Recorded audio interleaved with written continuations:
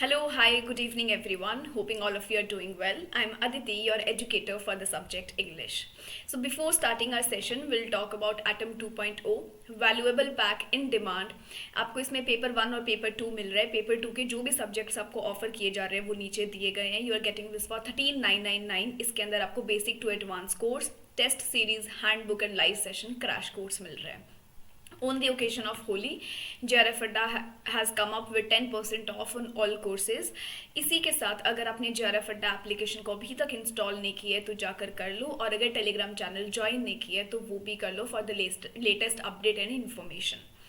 So, what do we discuss in our today's session, and how we'll discuss that how do we actually build up our routine to secure 190 plus marks in our exam.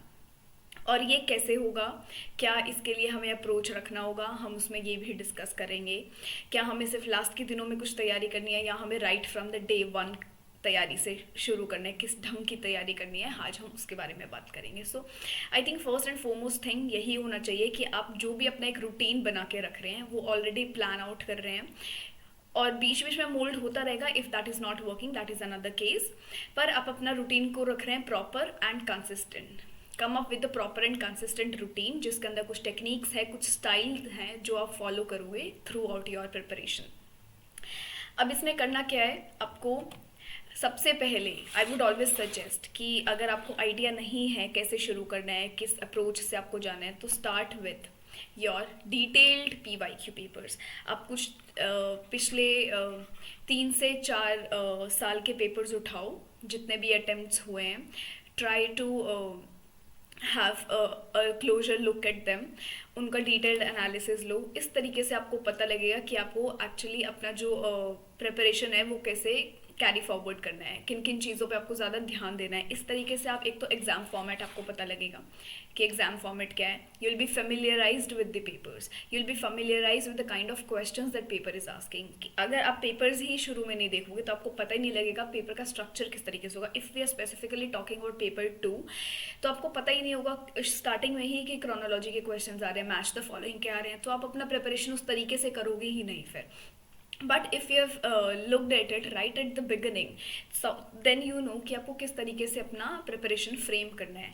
तो पहला चीज़ हो गया कि आप detailed analysis, detailed study से आप अपने previous year papers देख रहे हैं, वहाँ से आप कुछ ट्रेंड्स मूव्स उठा रहे हैं जो रेपिटेटिव आ रहे हैं, कुछ एरियाज ले रहे हैं जो रेपिटेटिव है. अब यहाँ पे हमें पेपर 1 और पेपर 2 में कुछ चूज़ नहीं करना है. दोनों ही right from the day one of your preparation आपका शुरू हो जाना चाहिए.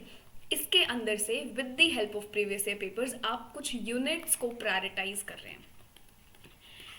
फॉर एग्जाम्पल पेपर 1 में से आपने कुछ यूनिट्स प्रायोरिटाइज करी जो रेपिटेटिव एरियाज जहाँ से पूछे जा रहे हैं, जिनसे ऐसा है कि बहुत डायरेक्ट क्वेश्चंस आ रहे हैं, या आप फ्रेम कर सकते हो. For example DI, her bar DI से एक क्वेश्चन आ ही आ रहा है. अगर आप उसको right from the beginning he practice करने लग जाते हो तो आप एग्जाम में उसको कर पाओगे. एक तो टाइम के साथ कर पाओगे, टाइम एफिशिएंटली, मैनेजमेंट के साथ अच्छे से कर पाओगे. DI बहुत लोग सॉल्व कर लेते हैं in the exam, no doubt, but it depends how much time you have taken to complete that one question. कुछ लोगों ने लास्ट अटेम्प्ट में 40 to 45 मिनट्स वेस्ट कर दिया था for that DI, because back in the mind they had कि DI हो जाएगा, 5 मार्क्स हो जाएंगे, बट उस 5 नंबर के लिए आप कितना टाइम आपने डिवोट कर दिया, दैट वोंट काउंट. पर अगर यही आप 15 मिनट के टाइम फ्रेम में रोज़ प्रैक्टिस कर रहे हैं तो at least in the exam you will be able to complete that in 20 to 25 minutes. पर 15 में ही हो जाता है because you will be familiar with the type of concepts और with the type of questions that are being asked in the paper. आप अपने previous year papers में से ही रोज़ एक DI उठाओ, रोज़ एक DI सॉल्व करो. तो पेपर 1 आपको डेली बेसिस पे करना है. कुछ यूनिट्स आपकी चलेंगी डेली बेसिस पे जिसमें आप टीचिंग है, रिसर्च है, ये सब आपने बेसिक रीडिंग किया, फिर आप पेपर्स पढ़ रहे हैं, पेपर्स से आइडिया ले रहे हैं कैसे क्वेश्चन आ रहे हैं, किन किन जगहों से ज़्यादा आ रहे हैं, फिर आप उनको और अच्छे से कर रहे हैं. इसी के साथ साथ आप अपना DI कर रहे हैं. लास्ट के 25 डेज आई वुड से कि आप एक कॉम्प्रीहेंशन भी करें. कॉम्प्रीहेंशन से क्या होगा, by doing 2 to 3 comprehension in the exam it will make you feel anxious, plus इतने लॉन्ग पैरास पढ़ के you'll feel a bit lazy too. तो अगर आप उसको डेली रूटीन में ड्यूरिंग योर प्रिपरेशन अगर आप अपना एक कॉम्प्रीहेंशन रोज सॉल्व कर रहे हैं तो you'll be habitual, you'll feel bit relaxed, because daily basis पे आप उतना लॉन्ग स्क्रीन पे वो पैराग्राफ्स पढ़ रहे हैं, क्वेश्चंस देखकर अपने आंसर्स उसमें से निकाल रहे हैं, तो you'll be used to it. वो practice, I think paper one comes with a lot of practice. अगर आप प्रैक्टिस कैसे होगी, अगर आप डेली बेसिस पे फॉलो करें. अगर आप डेली बेसिस पे थोड़ा बहुत भी पेपर वन को अपना टाइम दे रहे हैं, तो I am saying it, I am again saying कि एग्जाम में आपको बिल्कुल प्रॉब्लम नहीं आएगी. पेपर वन स्कोरिंग सब्जेक्ट है, नो डाउट, बट इतना भी स्कोरिंग नहीं है कि सिर्फ आप कुछ लास्ट के दिनों में करो और आपका पेपर हो जाएगा. पेपर वन को आपको शुरू से करना पड़ेगा. So I think that was all about paper one. Paper one में से जो हायर एजुकेशन है, आई वोंट सजेस्ट कि आप सिर्फ उसको लास्ट के दिनों के लिए कुछ उठाओ और उसको इकट्ठा फिर पढ़ो. पर आप लास्ट के कुछ दिनों में इतना टाइम लेकर उठाओ कि आपने अपना मटेरियल शॉर्टलिस्ट करके ब्रेक डाउन कर रखा है, और आप आज कोई नई स्कीम पढ़ रहे हैं, कल कुछ नया पढ़ रहे हैं. आज आपने ई पाठशाला पढ़ लिया, कल उड़ान पढ़ लिया. आज चार्टर एक्ट पढ़ लिया, तो कल कुछ और पढ़ लिया. यूजीसी के नॉर्म्स पढ़ लिए, प्राइवेट यूनिवर्सिटीज़ पढ़ ली. Again do higher education with the help of previous year papers, और फिर अपना इस पर वापस आओ और हायर एजुकेशन को इस तरीके से करो ताकि तुम्हें याद रहेगा कि एक्चुअली तुम कर क्या रहे हो. अगर आप उसको इकट्ठा करोगे तो ऑब्वियसली बिल्कुल याद नहीं रहेगा, सब मिक्सअप हो जाएगा. So that was all about paper one.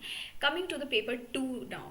Paper two आपका सबसे, आई वुड से, ज़्यादा रोल प्ले करता है. तो आप उसको कैसे प्लान आउट करोगे अपने रूटीन में. Again be consistent with your paper two. Paper two में एक तो आप अपना डिटेल्ड स्टडी कर रहे हो पूरा दिन में with the unit that you have chosen. Paper two में आई वुड सजेस्ट एक यूनिट ही नहीं करो आप. एक यूनिट के साथ साथ आप अपना दूसरा यूनिट भी उठा रहे हैं. पेपर टू में आपको पता है British literature still 70 to 80% questions are asked, तो उसको नेग्लेक्ट करने का कोई फ़ायदा नहीं है. उसको प्रायोरिटाइज ही करना पड़ेगा. फर्स्ट नंबर पे आपका हमेशा ब्रिटिश लिटरेचर आना चाहिए. दूसरे पे पिछले कुछ पेपर्स देख के आपका theory, literary theory, criticism and cultural studies आना चाहिए. 13 to 15 questions are asked.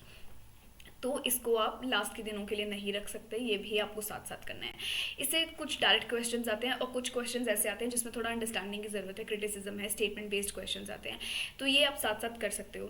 So the moment you complete this unit, आप अपना इंडियन लिटरेचर शुरू कर सकते हैं. इसके बाद जब आप इंडियन लिटरेचर पर आएंगे so by that time British literature का आप अपना मॉडर्निज्म, पोस्ट मॉडर्निज्म पे आ चुके होंगे.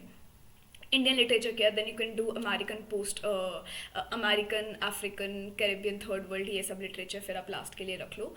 इन बीच में आप अपना एक तो डिटेल स्टडी कर रहे हैं, इसके साथ साथ आप हमेशा जो है मिनी क्विजेज और एमसीक्यूज ले रहे हैं इसमें भी, ताकि एग्ज़ाम में आप फेमिलियर हो जाएं. एमसीक्यूज़ अटेम्प्ट करने से क्या होगा, आपको पता लग जाएगा कि आपकी तैयारी चल कैसी रही है. एमसीक्यूज़ आप किस तरीके से कर सकते हैं. For example you have done a certain work today, you have to revise that tomorrow. Revision main की है आपका. अगले दिन जब आप रिवाइज कर रहे हैं तो आप रिवाइज उस तरीके से करो कि उसको कि वो सेम चीज़ें ही नहीं पढ़ रहे हो, बट उसको थोड़ा और अलग तरीके से पढ़ रहे हो. बिकॉज आपका जो रूटीन है वो एंगेजिंग रूटीन होना चाहिए. Because you are not just preparing for 1 month 2 month, you have to prepare for the longer run. NET एक ऐसा पेपर है जो आपको बहुत ही बॉर्डम भी दे सकता है बट बहुत एंगेजिंग भी रख सकता है. बट इट डिपेंड्स कि आप किस तरीके से कर रहे हो. पेपर मोस्टली सब तैयारी करके जाते हैं पेपर की, बट आप किस तरीके से कर रहे हो, वो जर्नी आपका कैसे, दैट मैटर्स द मोस्ट. तो आप उसको कितना एंगेजिंग रख रहे हो, आपकी अप्रोच कितनी डायनेमिक है, आप कितने शिफ्ट्स ले रहे हो, या आप सिर्फ एक ही यूनिट पे अटके और लास्ट में सब जम्बल अप करके एंग्जाइटी में सब इकट्ठा कंप्लीट कर रहे हो. तो आई थिंक दैट ऑल्सो मैटर्स. अब आपको आज रिविजन करना है जो आपने कल पढ़ा था, तो आप उसको कर सकते हो in the form of MCQ, in the form of mini quizzes, in the form of marathon clips, छोटा छोटा, that you can pick from YouTube. ये सब आपको यूट्यूब पे अवेलेबल है. उसकी हेल्प से आप बीच बीच में ब्रेक्स में थोड़े बहुत रिविजन्स ले सकते हो. इससे होगा क्या, एक तो आपको पता लगेगा कि आपकी आप एक्चुअली स्टैंड कहाँ कर रहे हो, आपका प्रिपरेशन कहाँ जा रहा है, is it progressing, is it helping you, the material that you are reading, is it worth it. जो तरीका आप फॉलो कर रहे हो, जो टेक्निक्स आप ले रहे हो अपना प्रिपरेशन में, क्या वो उतनी वर्दी है कि आप एमसीक्यूज अटेम्प्ट कर पा रहे हो. तो इन चीज़ों से आपको ये पता लगेगा. और ये चीज़ें अगर आप नहीं, आपको लगता है कि नहीं इस तरीके से हम नहीं कर पा रहे हैं, सॉल्व नहीं कर रहे हैं, तो भी इट्स नॉट दैट लेट. अगर राइट फ्रॉम द स्टार्ट ही आपको ये चीज़ें पता लग जाती है, so for your further preparation you can improve. आप इतना इम्प्रूव कर सकते हो कि फिर आपको पता लग जाएगा कि अब हमें एक्चुअली कैसे प्रिपेयर करना है और कहाँ से क्या करना है. तो ये तो हो गया हमारा रिविजन की बात, ये हो गया हमारा पेपर 2 की बात. इसके साथ साथ सबसे मेन होता है टाइम मैनेजमेंट. अगर आप रोज़ अपना एमसीक्यू सॉल्व कर रहे हैं, रोज़ अपने मिनी क्विजेस ले रहे हैं, तो आपको पता लगता रहेगा कि हाँ इतना मैं यूज टू हूँ. So the moment you are into the examination hall, आप उसको प्रैक्टिस कर पा रहे हैं, आप उसको अटेम्प्ट कर पा रहे हैं. So you are picking 2 units together now, but इतना भी उसको जम्बल्ड अप मत करना that you are not able to remember things. Chronologically आपको अपनी प्रिपरेशन करने लिए, if you have picked British literature तो उसको एजेस वाइज कर लो। ये नहीं कि आई वोंट सजेस्ट कि आप यूनिट वाइज करो, कि आप पहले ड्रामा कर रहे हो, फिर आप पोइट्री कर रहे हो, फिर आप फिक्शन कर रहे हो, और फिर आप प्रोज कर रहे हो। I won't suggest this. आपने एक वर्क उठाया, आप एक एज पे हैं, रेस्टोरेशन पे हैं, तो रेस्टोरेशन का सब कर लो। उसी ऑथर का ड्रामा नॉवल पोम जो भी है वो आप सब इकट्ठा कर लो। अलग अलग करने की ज़रूरत नहीं है, अलग अलग करोगे तो क्रोनोलॉजिकली आप अटेम्प्ट नहीं कर पाओगे, सिंस एग्जाम में क्वेश्चंस क्रोनोलॉजिकली पूछे जा रहे हैं, मैच द फॉलोइंग पूछे जा रहे हैं, तो आपको अपनी तैयारी भी उसी तरीके से बिल्ड करनी पड़ेगी, अपना अप्रोच भी उसी तरीके से रखना पड़ेगा। तो आप एजेस वाइज करो, एजेस वाइज कर रहे हो ब्रिटिश लिटरेचर, जो एक और चीज़ कर रहे हो वो भी एजेस वाइज कर रहे हो, क्रोनोलॉजिकली कर रहे हो। So back in the mind you will always remember things कि इसके बाद ये क्या था। सो एग्जामिनेशन हॉल में एटलीस्ट आपको प्रॉब्लम नहीं होगा जब आप स्क्रीन के आगे बैठे हो। सही आंसर नहीं पता है तो भी you will be able to guess कि ठीक है पहले ये क्या था ये क्या था, सो मे बी ये पहले आएगा और फिर ये आएगा। ठीक है, यहाँ से आपका ये हो गया, क्रोनोलॉजी कर रहे हो, प्रैक्टिस कर रहे हो, रिविजन कर रहे हो। इसी के साथ साथ आई वुड से जो भी अवार्ड विनर्स की लिस्ट आती है, या जो कुछ सुडोनिम्स होते हैं, या कुछ कैरेक्टर लिस्ट है, कुछ नेमोनिक्स है, आई वोंट सजेस्ट कि आप उसको लास्ट के लिए रख रहे हैं, आप उसको ड्यूरिंग योर प्रिपरेशन कर रहे हैं। अब आप वो सब चीज़ें कैसे कर सकते हैं? For example now you have done a detailed reading of British literature में से एक पोर्शन का, अब आपको एक ब्रेक लेना है। उस ब्रेक में आप कोई एनिमे वीडियो देख लो of a certain work author, उसका कोई समरी है, चार्ल्स डिकन्स है उनका, मान लो आपने हार्ड टाइम्स का आज समरी देख लिया, उस समरी से आपको क्या क्या पता लग गया, character list, obviously the summary, main episodes और ये सब। तो इससे क्या होगा, एटलीस्ट डेली बेसिस पे आप कोई एक समरी कर रहे हो, आप कुछ कर रहे हो, तो एग्जाम में इन पे क्रोनोलॉजिकल क्वेश्चंस आते हैं, मैच द फॉलोइंग आते हैं, तो वहाँ से तो हेल्प होगा ही होगा। ये सब चीज़ें अगर आप लास्ट के लिए रखोगे तो नहीं होंगी, जितनी भी समरीज पढ़ोगे सब मिक्सअप हो जाएगी। यहाँ पे एटलीस्ट आपको याद रहेगा कि ठीक है हार्ड टाइम्स में ये था, इस नॉवल में ये था, कॉपरफील्ड में ये था, ग्रेट एक्सपेक्टेशंस में ये था, तो ऐसे करके आपको थोड़ी सी चीज़ें इन सीक्वेंस रहेगी तो याद रहेगी। तो meanwhile you are doing novel का समरीज, पोएम पढ़ लिया एक दो, ग्लॉसरी टर्म्स एम.एच. अब्राहम्स का, अगर आप अभी से प्रिपरेशन शुरू करते हैं and if you are reading 5 pages a day तो आपकी कंप्लीट हो जाएगी। 5 पेजेस लगातार पढ़ने की ज़रूरत नहीं है। मान लो आपने एक पोर्शन कंप्लीट किया, या पेपर 1 पेपर 2 किसी का भी, एक छोटा सा ब्रेक ले रहे हैं, उसमें आपने मान लो 1 पेज ग्लूसरी टर्म्स का पढ़ लिया, then doing something, then 1 page glossary terms, ऐसे करके पूरा दिन में 4 से 5 पेज आप पढ़ सकते हो। इसी के साथ साथ जो आप अपना सोशल मीडिया ब्रेक लेते हो, उसी के बीच में 2-3 मिनट एक ब्रेक ले लो, उसमें कोई समरी देख लिया, या उसमें छोटा सा एक मिनी क्विज अटेंड कर लिया, या कोई एमसीक्यू लगा लिए थोड़े थोड़े। इन सब चीज़ों से आप ये सब कर सकते हो। तो अपनी अपनी प्रिपरेशन को, अपने रूटीन को ऐसा फॉलो करो कि पता ही नहीं लगे आप इतनी सब चीज़ें कर भी रहे हो। This is something that helps a lot. ये एक चेकलिस्ट है, पर्टिकुलर डेट्स, इस दिन आप ये कर रहे हो, इस दिन आप ये कर रहे हो, डेट्स हैं, इसमें चीज़ें हैं जो आपको रेगुलर बेसिस पे करनी है। जैसे आज की तारीख लिखी, पेपर 1 आज आपने किया, मान लो आज आपने रिसर्च किया, ड्रामा नॉवल का समरी मान लो आज आपने हार्ड टाइम्स की कर लिया, तो ठीक है टिक मार्क। डीआई 15 मिनट्स हमें रोज़ देना है, डीआई कर लिया। ग्लॉसरी टर्म्स 5 पेज है, मान लो आज 4 ही पेज कर पाए तो टिक।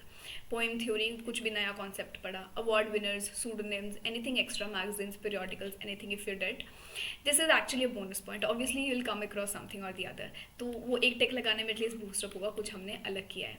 पेपर 2 में से आप ऑब्वियसली रोज़ कुछ करोगे, ब्रिटिश लिटरेचर का कुछ डिटेल्ड पोर्शन किया, उसके PYQs लगाए, मिनी क्विजेस ब्रेक्स में ले लिए, ब्रेक्स में 1-2 शॉर्ट्स भी ले लिया, तो एटलीस्ट आपने दिन में कुछ किया है। कॉम्प्रीहेंशन लास्ट के 25 डेज में ये आपका इधर काउंट हो जाना चाहिए। हायर एजुकेशन आप कुछ दिनों से इसे सीक्वेंस में लेकर रहेंगे।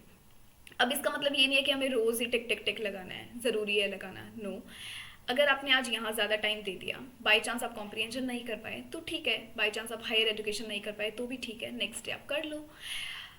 इसका मतलब ये है कि you will be in line after a week, जब आप देखोगे कि एक्चुअली आप कर क्या रहे हो, और the moment you are feeling low you need a boost, वो खुद से ही लेना पड़ेगा, वो आपको कोई और नहीं देगा। तो अगर आप इन सब चीज़ों पे दोबारा आओगे, या एक्चुअली आप देखोगे कि आप कुछ कर भी रहे थे या नहीं, तो with that tick marks and with that written things you realise that you are actually doing something. तो हमें और दिमाग को एक इतना सा बूस्ट ही काफ़ी है हमारी फर्दर प्रिपरेशन के लिए। तो ये चीज़ आप मेंटेन करके रख सकते हो, ये आपको याद दिलाएगी कि आप कर क्या कर रहे हो। तो आपको यहाँ से दिखेगा हार्ड टाइम्स का मैंने करा था, तो ठीक है आज मैं ग्रेट एक्सपेक्टेशंस का कर लेती हूँ, या मैं आज कोई शेक्सपियर के प्ले का देख लेती हूँ, या मैं आज कोई निमोनिक लर्न कर लेती हूँ शेक्सपियर के प्लेज का, इंपॉर्टेंट एपिसोड्स का, और उसमें फूल्स का, हीरो हीरोइंस का, ये सब चीज़ें हम कर सकते हैं। So I think this is it. Main चीज़ यही होता है कि आपका टाइम मैनेजमेंट कितना, आप इतना एफिशिएंटली आप कैसे रन कर पा रहे हैं, तो आपको वो एग्जाम में जाके हेल्प करेगा। आप 3 आवर की ड्यूरेशन में अपना पेपर कंप्लीट कर पाएंगे। इतना शिफ्ट्स लेके करेंगे, डाइग्रेशंस लेके अपने रूटीन को फॉलो करेंगे, तो वो रूटीन एंगेजिंग रहेगा, ऐसे बोरिंग नहीं लगेगा। बोरिंग नहीं लगेगा तो दिमाग भी एफिशिएंटली और एक्टिवली काम करेगा। So I think this is it. If there is anything else you can do, let me know. This was it from my side. Thank you. Bye.